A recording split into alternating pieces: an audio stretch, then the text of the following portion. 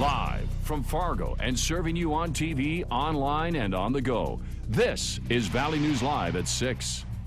Once the trust is gone, like, how do you trust them again, especially with medicine that... A Minnesota mother says she's frustrated after learning her son's ADHD medicine was misplaced at his elementary school and was told by a Clay County Sheriff's deputy it may have been stolen. Good evening, everyone. Thanks for joining us. Karen Knutson says she was notified by a sheriff's deputy yesterday afternoon and never got a call from the Dilworth Glendon Felton school principal or the nurse. Today, the school told Knutson the medicine was placed in the wrong spot in the cabinet. Valley News Team's Ashley Bishop investigates if the school's procedures are good enough when dealing with powerful narcotics.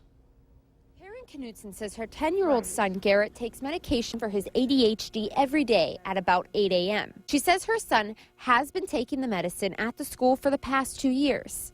And on Tuesday, she was notified his meds were low. She just emailed me saying that she was out of medicine, and I emailed her back saying that they should have plenty of doses, that I wasn't going to send anymore. Knutson gives the school about 2 to 3 weeks worth of pills at a time and knew he should have enough until Christmas break. The drug Garrett takes is a Class 2 controlled substance, meaning it has a higher risk for drug abuse.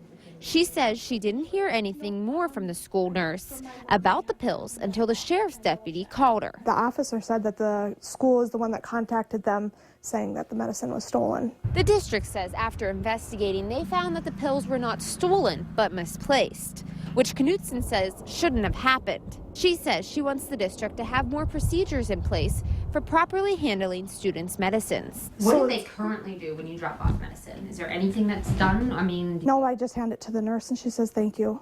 The DGF Superintendent Brian Thigeson says school staff follows the state law of a double lock system, meaning they are in a locked room in a locked cabinet. But as for stricter policies, Thigeson says they don't want procedures into place that create restrictions. He adds that parents can make individual procedures for their child's medication. Knutson says she just doesn't want to see anyone else go through the same stress. She feels the district should consider stricter policies, especially with addictive drugs. The documentation needs to be there with when the medicine gets dropped off by a parent. It needs to be signed in. It needs to be checked with a nurse and somebody else that, yep, this is how many doses were dropped off. This is how many doses we have left. A daily count of how many meds are there, and it needs to be double checked by somebody, and it should be almost like written down as a log. In Glendon, Ashley Bishop, Valley News Live.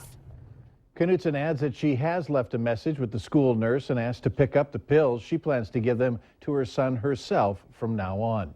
When Knutson couldn't get answers from school or law officials, she called our whistleblower hotline. If you have a concern in your community, call 701-237-6576, and a member of our investigative team will do our very best to get to the bottom of it.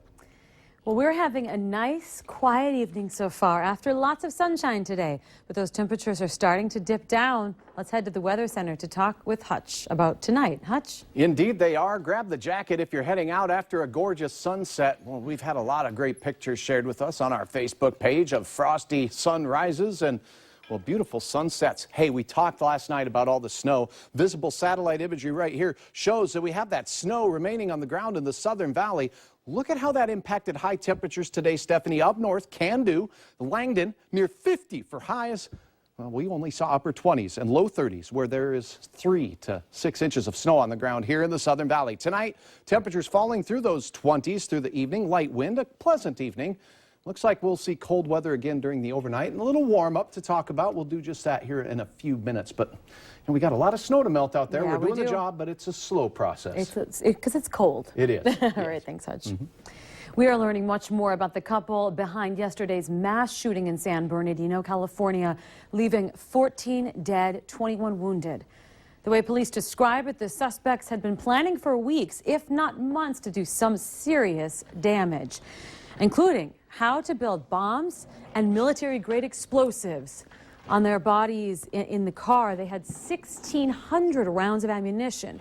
At their home, they had thousands more, along with at least 12 pipe bombs and the tools to make IEDs, improvised explosive devices. They attempted to use one of the pipe bombs during the attack at the Inland Regional Center, but it didn't work. Officials are not commenting on a motive, and the president says this is now an FBI investigation. It is possible that this was terrorist related, but we don't know. Vigil will be held tonight for the people killed and wounded in the attacks, including 2 police officers. A lot of people are thinking about the latest mass shootings in California and its possible link to terrorism. However, it and others appears to have had little effect on the number of Americans flying. The U.S. Department of Transportation says the number of domestic and international flyers in the U.S. rose 18% over the past year, or 12 years, excuse me. And not one of the people we spoke with at the Grand Forks Airport said the threat of terrorism and any effect on their flying to fly. Right. Do you kind of feel like I'm not going to let this wreck my life? Exactly. Yeah, living in fear is not the way to live, so we're going to keep going. If you're worried about who you're flying with, the spokesperson with the FBI's Terrorism Screening Center tells us that recent incidents in the United States have had no effect on their policy of who gets put on the no-fly list. If you'd like more information about who's on that FBI list, we have a link to it online. Just go to valleynewslive.com and click on this story. Police found a huge pile of stolen property in a Fargo apartment building and arrested 2 people. Carlos Scheisler and Adriana Boatwright are behind bars, facing a long list of charges, including stolen property and credit cards. Police say the 2 were stealing to fuel a drug habit, which were also found in the apartment. And a Facebook tip from the public helped police find them, saying the recovered stolen items were things reported missing from garages and vehicles in the past month. Valley News Team's crime and safety reporter Nicole Johnson explains how criminals aren't just targeting one area of town. We're told some people in this neighborhood are on edge, not wanting to leave their houses alone for the weekend, afraid someone might break in. That's a feeling that started after multiple car and house break-ins in this Deer Creek neighborhood. But it's not just here. There's been a rash of burglaries throughout the Fargo area. We see it quite frequently, and it's probably becoming more and more frequent. Where when we have these property crimes, a lot of times drugs are the underlying reason that they're out stealing stuff. In fact, a stealing spree in North Fargo turned a Fargo officer himself into a victim.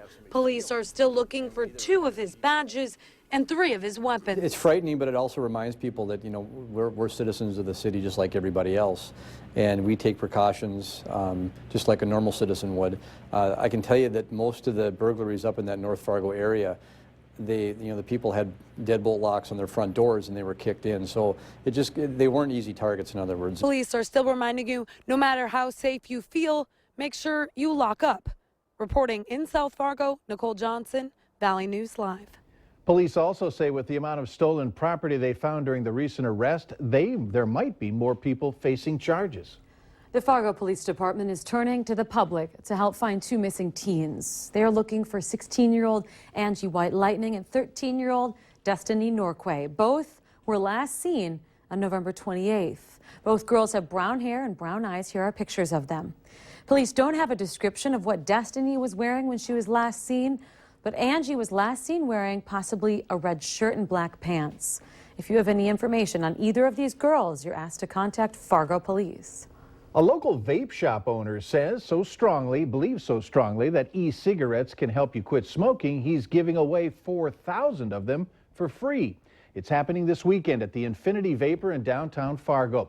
The owner says his company has helped over 40,000 people quit big tobacco, including a 94-year-old woman who smoked for 50 years. But is it just a bunch of smoke and mirrors when it comes to health and safety of these devices and the nicotine juice inside? Some health experts say yes. They're trying to market them in a sense that it's going to help people stop using tobacco. Unfortunately, that's not happening. We're getting a lot more starting up or trying, and that number has really increased. Again, with no idea of what the safety is of them or what they're inhaling. FargoCast Public Health reports e-cig use doubles the current smoking rate in our area, and it is becoming increasingly popular with teenagers. Minnesotans have a reason to smile. In fact, several million reasons. Still to come for us tonight, details about an expected surplus in the state's budget.